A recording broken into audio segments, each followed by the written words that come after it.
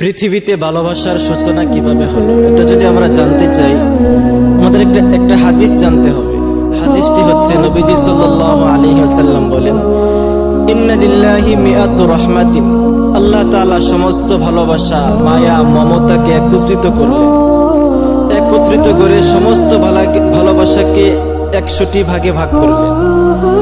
ফাআনজালা মিনহা রাহমাতান ওয়াহিদাতান বাইনাল জিন্নি ওয়াল ইনসি ওয়াল বাহাইমি ওয়াল হাওয়ামি, ওই 100 টুকরো ভালোবাসা থেকে এক টুকরো ভালোবাসা আল্লাহ তাআলা জমিনে নামিয়ে আনলেন। তারপরে এক টুকরো থেকে চিমটি চিমটি করে সমস্ত প্রাণীকে দিলেন। এক টুকরো ভালোবাসা থেকে মানুষ জাতিকে এক চিমটি দিলেন, জিন জাতিকে আরেক চিমটি ভালোবাসা দিলেন, গবাদি পশুকে এক চিমটি দিলেন, গর্তের পিপিলিকা, জন বঙ্গলের যত ছোট্ট ক্ষুদ্র ক্ষুদ্র প্রাণী আছে সব কিছুকে আল্লাহ তাআলা সামান্য চিমটি চিমটি করে ভালোবাসা দিলেন। এজন্য পৃথিবীতে এমন কোনো প্রাণী নাই যার ভিতরে ভালোবাসা নেই। ছিটে ফোঁটা সকলের অন্তরে ভালোবাসার ছিটে ফোঁটা লেগেছে।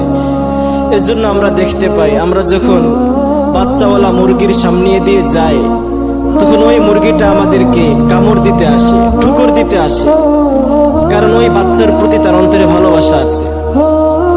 ঠিক তেমনি ভাবে সকল প্রাণীর অন্তরেই ভালোবাসা আছে। মানুষের মধ্যে ভালোবাসার কোনো অভাব নাই।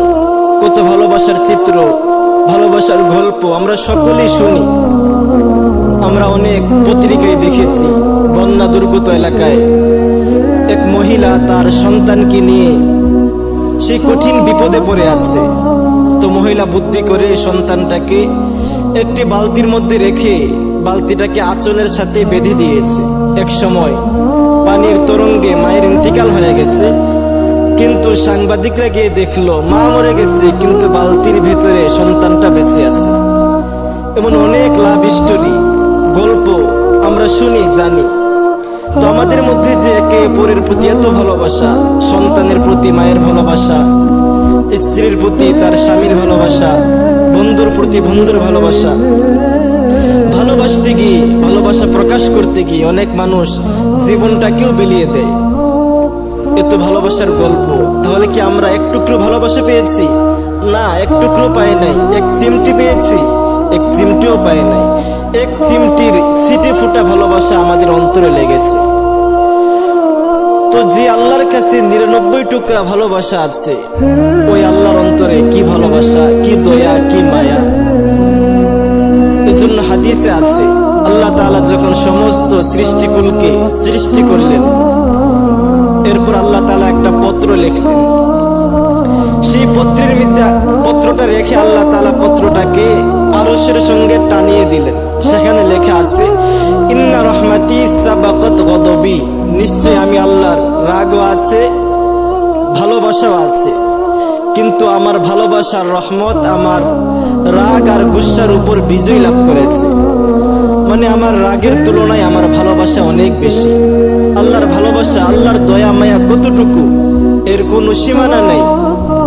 এজন্য আমরা যখন কোনো মানুষের প্রতি অভিশাপ দিই যে আল্লাহর উপর, তোর উপর আল্লাহর গজব পড়ুক, তুই ধ্বংস হয়ে যা, তোর কপাল ভালো না, এইগুলা যখন আমরা বলি আমাদের চিন্তা করা দরকার। আল্লাহ তো গজব দিতে চায় না, আল্লাহ তো মানুষের উপর বিপদ দিতে চায় না। আল্লাহ চাই ভালোবাসা দিতে, আল্লাহ চাই রহমত করতে।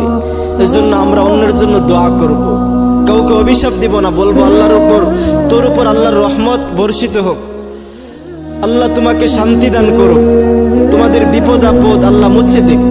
কারণ আল্লাহ বান্দার প্রতি ভালোবাসা দিতে, শান্তি দিতে, রহমত দিতে ভালোবাসেন।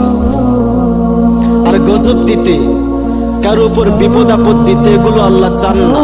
এগুলো আমাদের অন্যায় অপরাধের কারণে হয়।